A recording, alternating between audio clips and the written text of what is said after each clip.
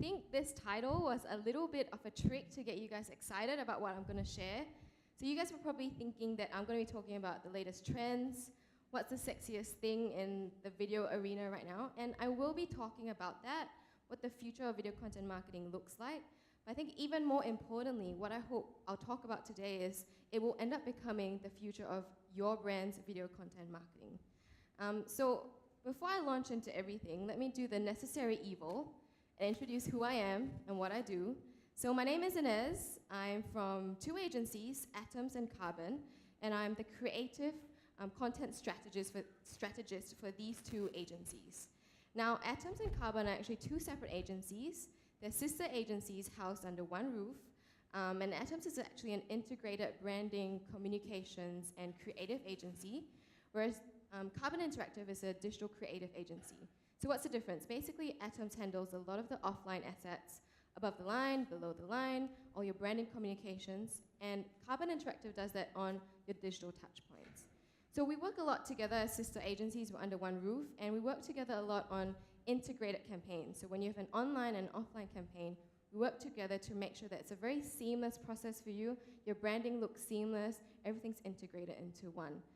But recently, we've been collaborating a lot more frequently because our founder predicted the boom in the video industry, and we actually birthed a video production arm within Atomz. So now we take video production completely in-house, from conceptualization to strategization to execution to production of the actual video. So that's who we are, and in a nutshell, basically, I just look after the strategy behind the creative content, whether it's online or offline, and specifically in video format. Okay, so now that's out of the way, and I've told you what I do and who I am. Let's go straight into it. So what is video content marketing? Firstly, if you're not already on the bandwagon or you don't believe in videos, let me show you some stats that video is really the way forward. According to Cisco, they actually predict that by 2019, 80% of online traffic is going to be in video format, which means if you're not using videos yet and you're still using static images, or worse, just text, you might be being left behind, because all these videos which are moving are capturing your audience's attention and might be distracting from your own brand if you're not on videos already.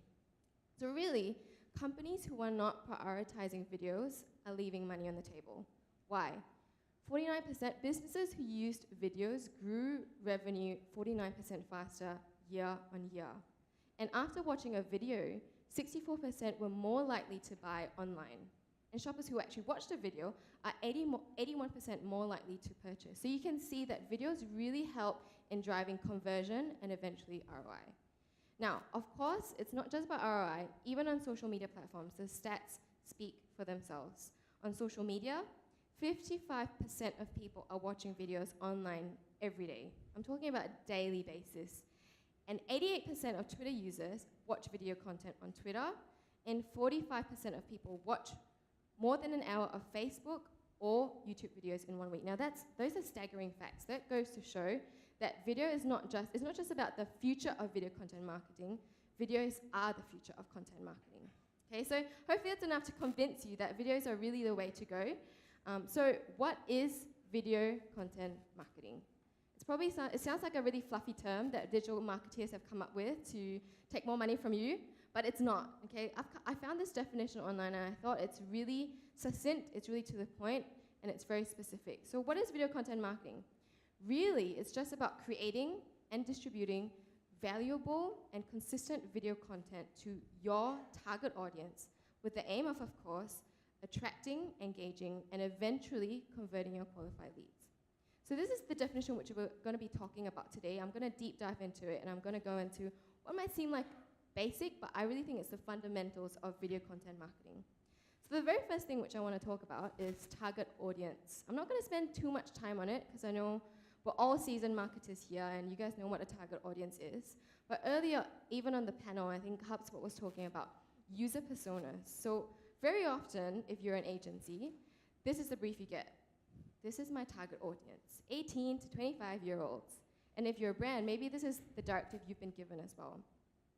This is a great place to start, but this is not a target audience. This is an age group. If you're going to create a video content piece for an age group, you're literally just creating a needle and throwing it into the haystack and hoping your audience will find it and find it relevant. But eventually what you find is you're just hitting your head against the wall. So what you really should be doing is deep diving into your user's persona, into your target audience personas. And a very quick and easy way to do that is using dipsticks. It's really cost effective and it's very fast. Using dipsticks can really give you insight into what your users are thinking, what their behaviors are like, what their lifestyles are like, so that you can inject your content into that lifestyle and show them that, hey, me, my brand, my products, they fit into your lifestyle as well. So like I said, I'm not going to spend too much time on this, but these are some ways whereby you can start understanding what is valuable content to your users. And we talked about that earlier this morning in the panel as well. So what I really wanted to focus on today is valuable and consistent content. That was part of the definition, right? So what really is valuable? Let's put some sort of definition to it. So it could be meaningful, so touching, emotive videos. It could be a storyline kind of video. It could be a social experiment video. It could be useful videos, so things like how-tos, recipes, those flat lays you see on Tasty Facebook page all the time. Relevant videos are very important to your target audience. For example, you shouldn't be serving a video which is showing you how to put together or assemble an IKEA furniture bookcase to someone who's not even purchased your IKEA bookcase yet. So relevant content is very important so that your users don't start tuning out of what you have to say. Once it's relevant, they'll start tuning in even more. Okay? And the next thing, of course, is entertaining. So it could just be something which is funny.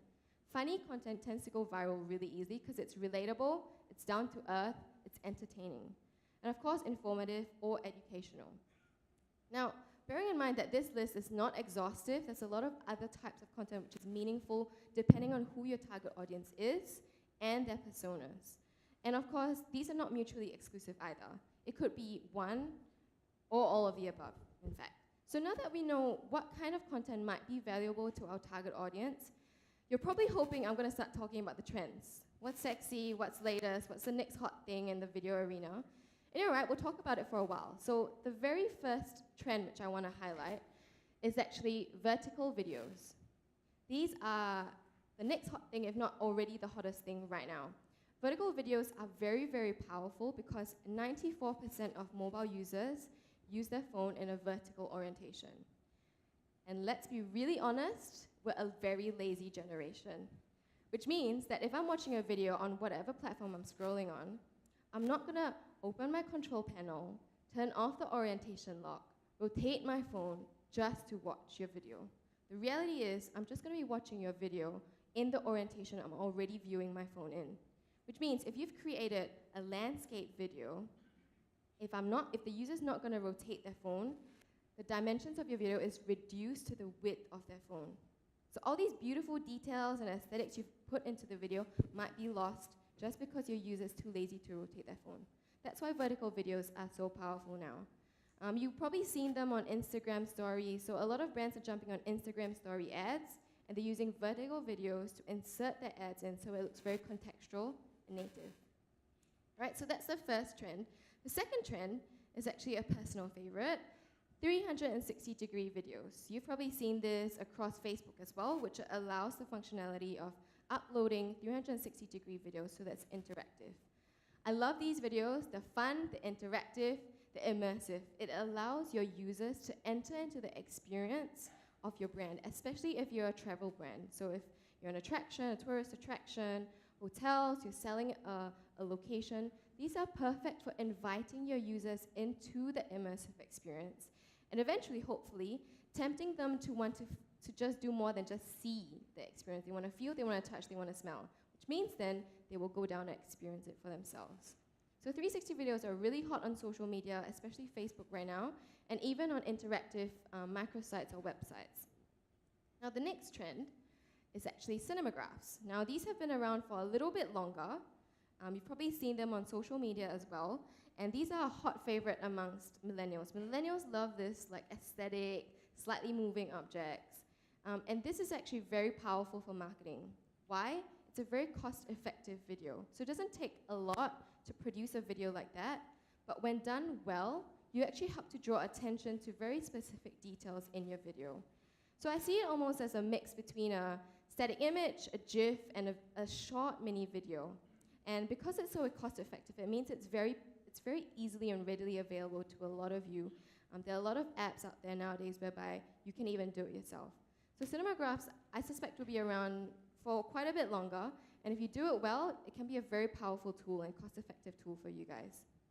Now, the very last trend is my least favorite, 15-second videos. These guys are taking over Facebook and making my life really, really irritating.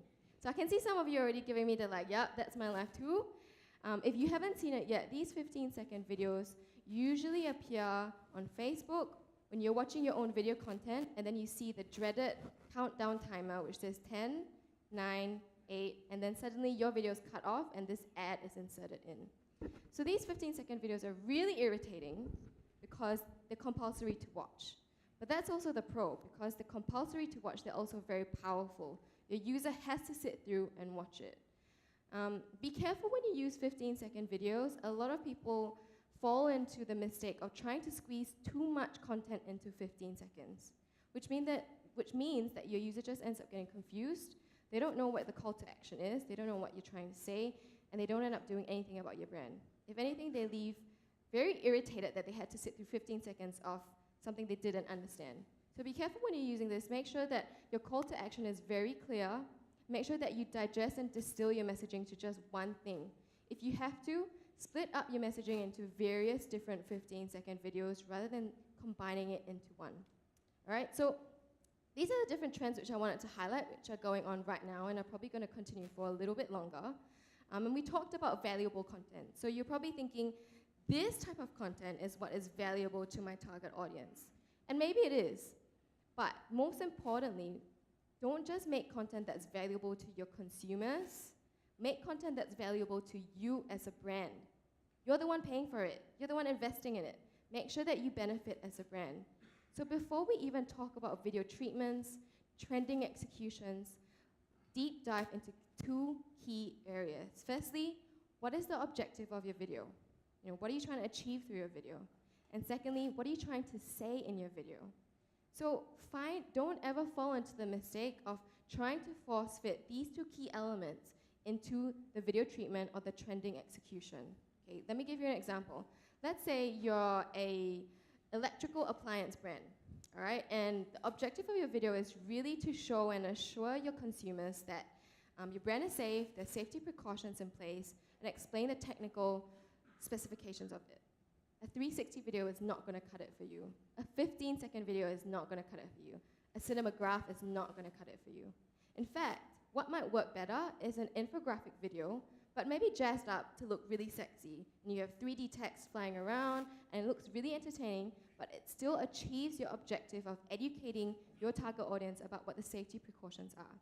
So like I said, don't force fit your objective and your key messaging to suit what the trending executions are. Because what you get at the end of the day, after the trend is over, is just a passé video which does not even achieve your original objective. Okay? So it's really important to focus on what the objective of your video is and what you're trying to say through it. Because remember, trends only came about because someone decided to do something different. So why don't you be that someone different and create the trend yourself? So the next thing which I wanted to talk about is consistency is key. Why do I say this? Very often when brands start having the budget to talk about or start doing videos, they go all out and they get really excited. And then suddenly their brand no longer looks like their brand. So they go into storytelling, they go into funny videos. If you're a brand who looks serious offline, putting a funny video online is just gonna make you look a little schizophrenic. Okay? Videos are really just an extension of your creative assets, and it shouldn't differ in terms of brand tonality, in terms of brand personality. It shouldn't differ too far from who you are offline or on your other collaterals either. All right, and the next point is very, very important, and I'm very passionate about this point. Quality. Okay, we've probably seen this comedic, low-cost cosplayer going viral on Facebook, whereby he uses everyday items to cosplay very extravagant effects. It looks funny when you're an individual. It doesn't look funny when you're a brand. In fact, you probably leave a bad taste in your consumer's mouth. So not every video production has to be $500,000. In fact, most of them aren't. Okay, you can get really good quality video content for a much lower price. But look at how you can use your budget creatively, whether it's splitting it up into 30-seconders so that the budget's a little bit lower, or just combining all your budget into one so that you can create one really good, really solid, really classy video. Okay, so quality is really important, because if you have really good quality offline assets, which most people tend to pump money into, so you've got this beautiful billboard, and then you have this not so beautiful video online, your brand's not consistent, even in quality. All right, so quality is a form of consistency as well. Now, the next thing which I want to talk about is distribution. And the thing with distribution is that how most brands tend to use their video content is whatever they've created, they just put it on all the different platforms, from social media, Facebook, Twitter, Instagram, YouTube, to even their social media ads, their online ads, and then they just upload it to YouTube and plonk a YouTube player onto their website as well. But actually, different platforms serve different purposes. Different platforms have different objectives, which means then your videos can be customized to these objectives and these aims. What do I mean by that? So let's look at the different platforms in terms of distribution. So we have social media. Now we tend to use social media as a form of attracting, because your masses are there. It's free, for now anyway, it's free, until you go into ads. But most of the time, social media is free, and your masses are there, so it's a very cost-effective, efficient way of reaching the masses. You can attract your crowd on social media. The next platform would then be social and an online ads. Now, I use the word engaging a little bit loosely here, because I know engagement can also refer to social media engagement, like reactions, shares, likes, etc. But when I'm talking about engaging in this context, what I'm referring to is engagements which lead to conversion. So when you click on a link and it directs you to the website, the online store, that's the type of engagement I'm talking about here. Okay, so that works for social and online ads. And the very last platform, which most people tend to forget, is really your website or your microsite. Now this could be in the form of an online store. It could be your corporate website. It could be your booking page. This is where your conversions happen. This is where all the sales and the happening things happen, and you get the money rolling in after you invest it in your video. Okay, so don't forget this platform. Videos can still be housed on your websites and microsites to reinforce that conversion rate. Right, so let me just talk about these different platforms and how videos can be used in these different platforms.